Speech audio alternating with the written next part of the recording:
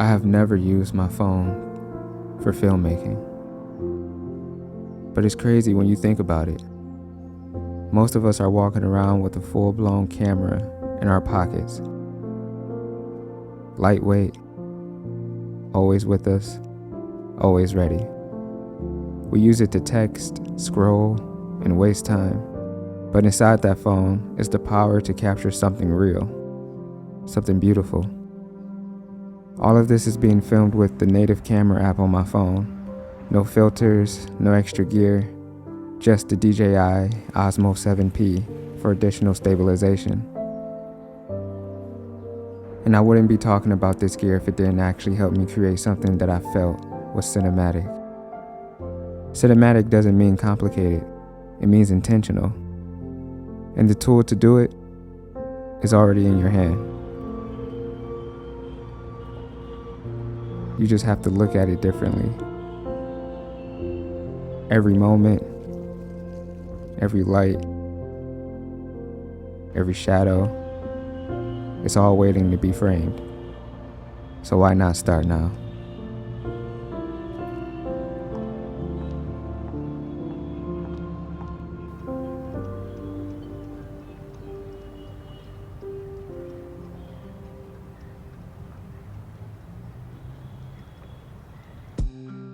Alright, so hello. Hi. How's everybody out there doing today? It is of course your boy Volandis back with another video. And in today's video, we're going to be talking about how to make cinematic videos with just using your iPhone. So I'm going to be honest, I never really thought about making cinematic videos with my phone until DJI sent me the Osmo 7P. And unfortunately, I guess I've kind of just always looked at iPhone and just phone filmmaking as something that's not too serious. And I hate to say it, but when I have an FX3 and access to a bunch of beautiful cinema lenses and other cameras, using my phone doesn't necessarily cross my mind when I'm thinking about making something. I also just want my phone to be my phone and not something that I obsess over for filmmaking, which I have started doing since I started using my phone for filmmaking. But honestly, I'm not complaining because it's been amazing. And again, DJI is sponsoring this video and they did send me the 7P to talk about. But you guys know that I don't necessarily talk about stuff on this channel unless it challenges me to be a better filmmaker, makes sense, or just forces me to get outside and create stuff. So while we're talking about how to make your iPhone a little bit more cinematic and just things you can do to be more cinematic with your iPhone, we're also going to be talking about the Osmo 7P because honestly, since I've been shooting with my iPhone, it's helped me with that. So I've realized that approaching filmmaking with my phone is the same way I'd approach filmmaking with any camera. I have to focus on the same things that I would focus on if I was shooting with my FX3, if not focus on those things a little bit more. So lighting, framing, and depth, and movement is some things I like to focus on when making more cinematic videos with my phone. I also want to mention that outside of the 7P, I use no extra anything to make these videos, no extra lenses. I didn't use any other app besides the native iPhone camera app, and I shot in ProRes log, which honestly looks amazing. I can't believe I've been sleeping on the ProRes log for this long, but it looks absolutely incredible. All of the colors look very good. The dynamic range is by far the best dynamic range of any camera that I've ever worked with. And just coloring this footage has been a breeze and just fun all around. So I've never used a phone gimbal, but I've realized that with the rise of vlogging, live streaming, and just making cinematic videos with your phone, I've realized just how important just having a gimbal is. I just took this to shoot while I was running around in New York, and I was honestly surprised by how easy it kept up. It's small and compact, so I can just put it in my pockets or any bag. It works as a tripod and has a built-in extension rod so you can get versatile angles, and it's easy to use and set up and takes no time at all, which is important when you're trying to get out and shoot fast and in a hurry and in crowded spaces or wherever you may be. Now, like I've mentioned many times before, lighting is everything. You can have the best camera in the world, but if the light's bad, the shot's bad. And phones especially need good light because of how small their sensors are, and they rely heavily on what you give them. So looking for soft and natural light like at golden hour is perfect. When I'm shooting with my phone, I try to avoid harsh overhead lighting or just super dark scenes unless I'm trying to do something creatively. And just finding ways to creatively capture light is always important, no matter what camera you're shooting with. So just paying attention to how light hits a face or the background or how it shapes a shot is super important, which honestly leads me into one of the coolest things about the Osmo 7P.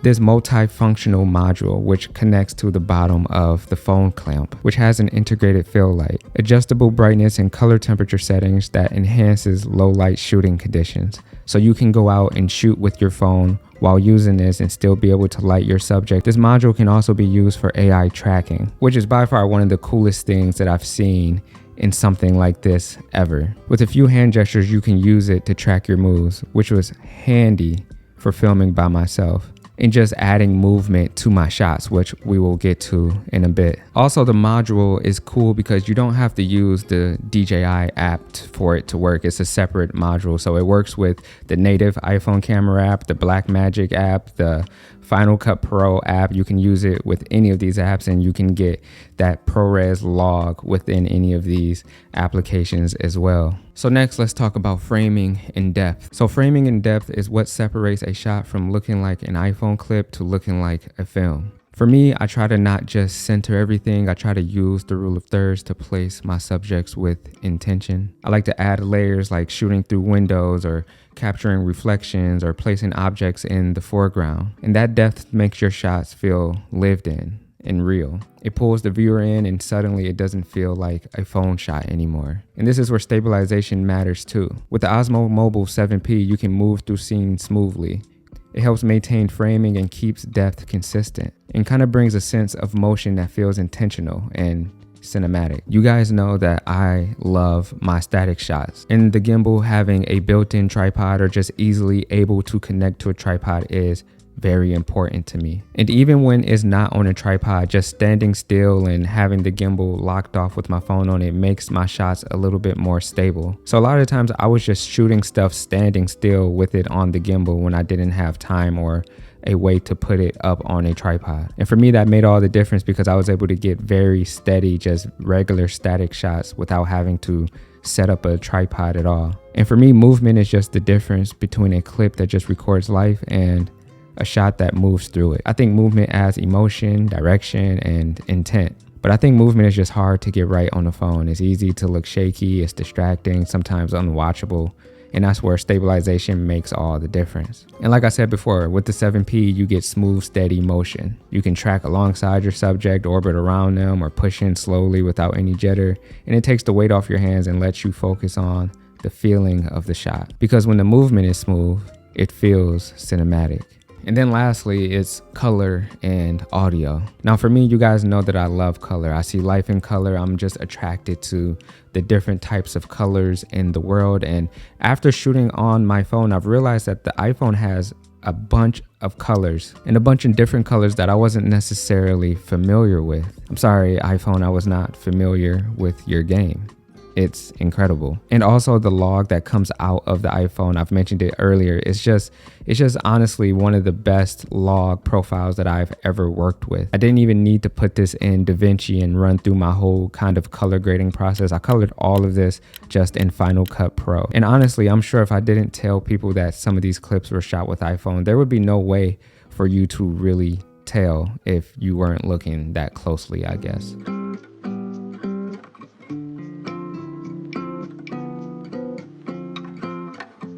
And then for sound, like I said, you can connect the DJI mic minis to the phone directly so you can get very, very, very good sound that comes out of your phone, which is to me so important because I have a video on how important sound design and just the way sound affects the cinematics of a video is, which works out perfectly for situations like this where I can step away from my phone and still record clear and crisp audio directly to it. So yeah, for me, those are just the steps that I've been taking to get a little bit more cinematic footage out of my phone, which I didn't know had the capabilities that it had up until recently. And then also working with the Osmo 7P, also something I didn't know had the capabilities it did up until recently. Some features that I didn't mention about the Osmo 7P is that it can last up to 10 hours. It folds up and packs away nicely, has an extremely fast setup time. It can charge your phone when it's not in use via USB-C, and it's only $849. So anyway, yeah, that was kind of my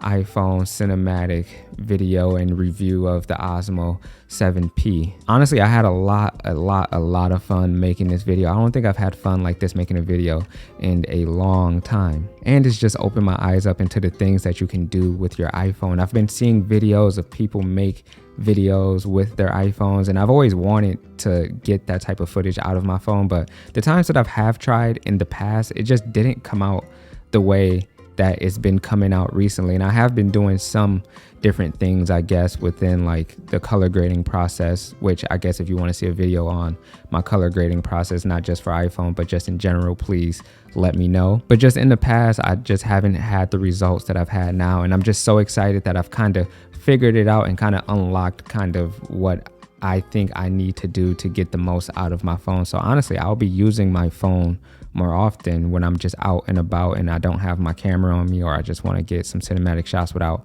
lugging around a ton of stuff. So with this Osmo 7P and my phone, which is something that I can just put in my pockets, there's nothing I can't do. You know what I'm saying? It's almost like I'm unstoppable at this point. And anybody can be unstoppable as long as you got a phone and you got a gimbal, tripod, or whatever it may be. But yeah, with that being said, that's all I got for this video. I hope you guys enjoyed it, got something out of it. If you are not subscribed to the channel, please do me a favor, hit that subscribe button. If you're already subscribed, I'm not talking to you because you already did what you had to do. So with that being said, we're going to get up out of here. We're going to go do some shit. Be sure to click that link in my bio and go check out the Osmo 7P, man. With that being said, I appreciate you guys. Let's go do some shit, man. You know the vibes. Let's get it.